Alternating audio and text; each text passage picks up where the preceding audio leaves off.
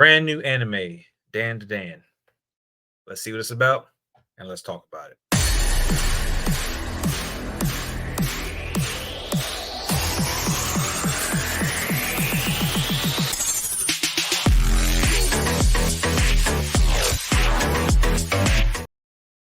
Welcome back, you variant. So today we're talking about Dan to Dan. It's a new anime that just premiered today.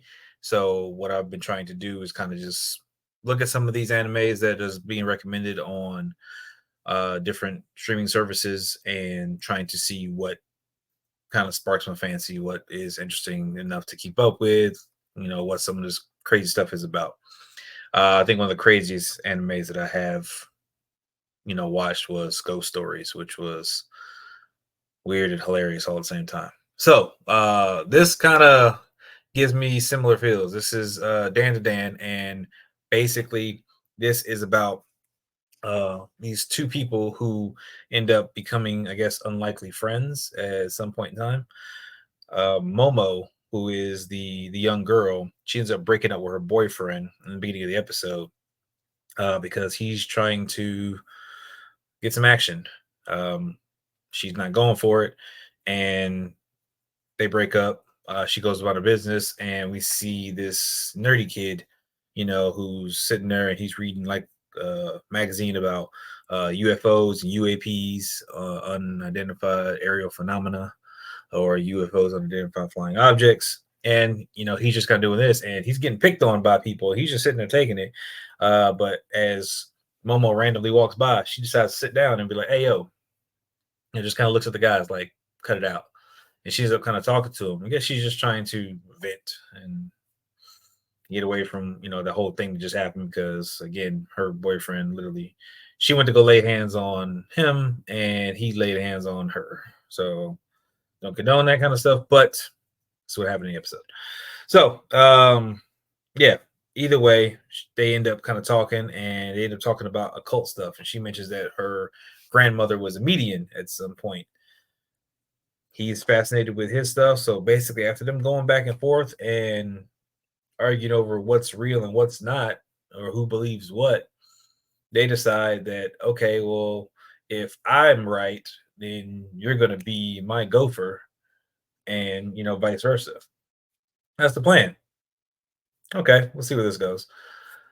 So he ends up going to some tunnel or something like that, that I guess she knew about. Again, we still don't know his name. He's just kind of a cult kid right now. Um, but he ends up going to some tunnel or whatever. He's checking out this spooky tunnel that I guess has something to do with spirits. And this is what Momo recommended. Momo ends up going to Nagi Hospital, where apparently there's been, the phenomena on the roof abducting people and stuff like that. He says he don't know if he's been abducted or not because they wipe memories.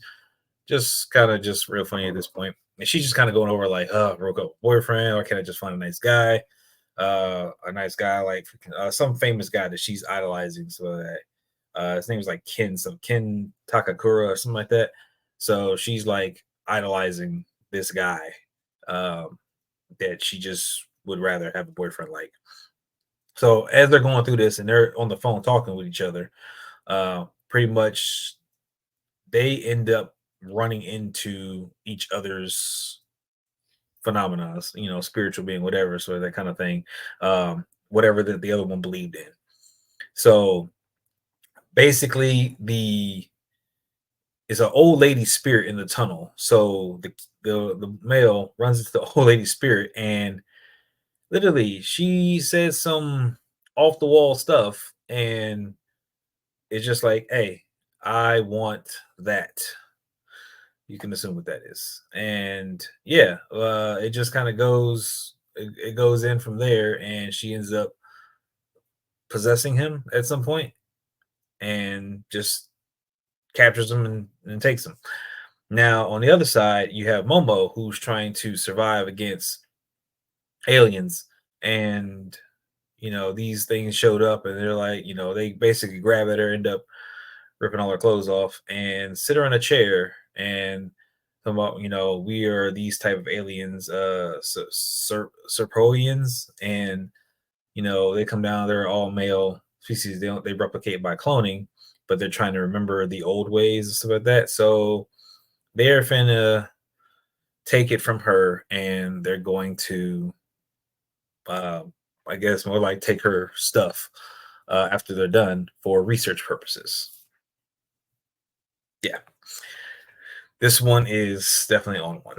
Um, Basically, the phone ends up ringing, and right before they end up doing the do, a demon kind of spirit pops out of the phone and starts attacking them.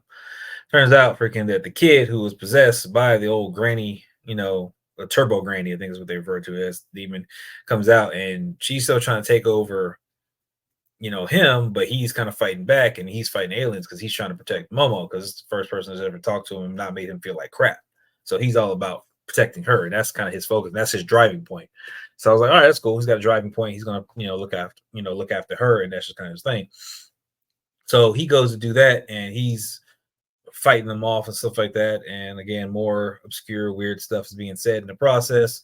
And eventually, it gets down to he kind of eliminates her thing, and the girl Momo ends up kind of focusing on her psychic powers that she has dormant, while they're trying to get her riled up, like the aliens are trying to unlock and get her riled up and stuff like that. They end up, I guess, kind of helping her unlock her latent potential, something that she used to do when she was a kid, because she used to talk about how she hated, doing this stuff that her grandma, who was a medium, used to do, where she kind of channeled to keep the spirits away. She got tired of doing it, and because she kept getting picked on and bullied and stuff like that. So that just kind of, brought those memories and stuff back for her, and she was able to kind of channel that, and that kind of broke her out of it, out of the restraints and stuff like that. And then she's able to help stabilize the turbo granny inside the kid, a cult kid. So now she's able to get him stabilized a little bit more. Like they're able to kind of fight their way out and escape. And in the process, he's just like, he's trying to be nice to her, sort of that, gives her, Jack. She keeps him, you know, keeps Turbo Granny sedated or whatever. I don't know how you want to reference it.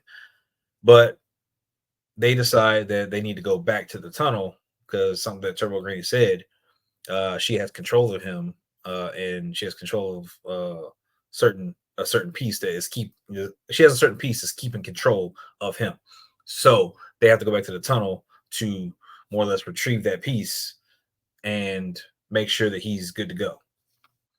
So she's gonna stay with him, even though he says he's gonna go by himself, to use her psychic powers to keep him from losing control or kind of, going crazy and stuff like that. So she's just looking out for him. So they have now formed an unlikely alliance and stuff like that that is going to be a mutually beneficial. Like he's going to protect her physically, and she's going to mentally protect him. So back and forth. Interesting anime.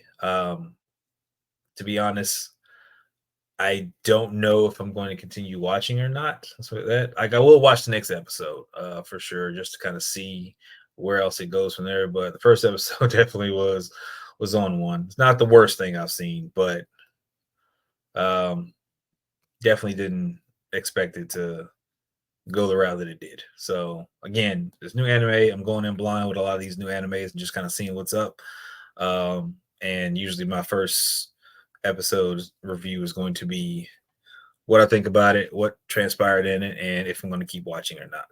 But as of right now, it's kind of like, I don't know if this is just like a one-off or if this is the trend for the entire thing. So we'll find out. But that's all I got for this one. Appreciate you guys watching. Make sure if you haven't, hit that lovely red subscribe button.